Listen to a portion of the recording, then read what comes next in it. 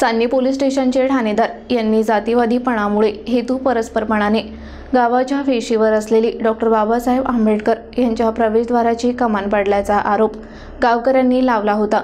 याबाबत अकोला पोलीस अधीक्षक यांना कारवाई करण्यासाठी निवेदन देखील देण्यात आले, मात्र यावर कोणतीच कारवाई न झाल्याने गावातील नागरिकांनी अकोला पोलीस अधीक्षक कार्यालयासमोर आत्मदहन करण्याचा इशारा दिला असल्याने आज पोलीस अधीक्षक कार्यालयासमोर पोलिसांचा कडक बंदोबस्त लावण्यात आला होता।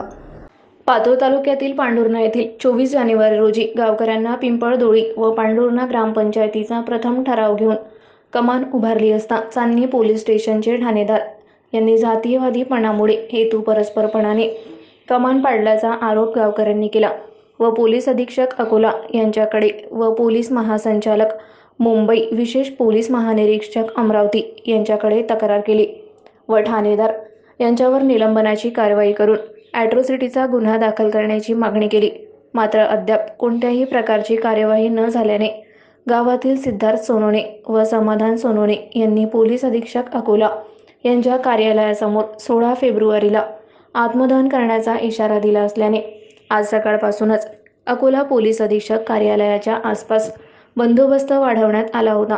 तसेच येथे अग्निशमन दलाचे वाहन देखील सज्ज करण्यात आले होते।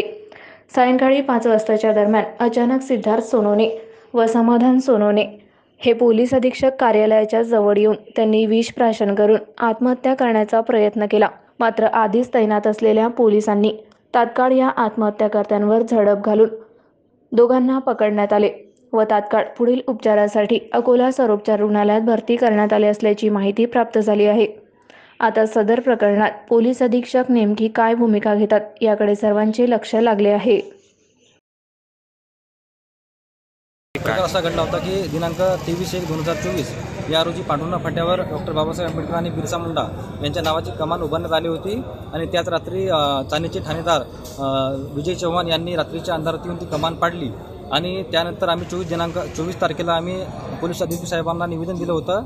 त्यावरही अजून 23 दिवस उलटून गेले तरीही कोणतीही चौकशी आणि कारवाई पूर्ण नाही झाली, म्हणून आज रोजी समाधान सोनोने आणि सिद्धार्थ सोनोने यांनी SP साहेबांना निवेदन देऊन आत्मदहनाचा इशारा दिला होता आणि त्यांनी ते विष प्राशन करून आत्महत्येचा प्रयत्न या ठिकाणी आज इथे केलेला आहे।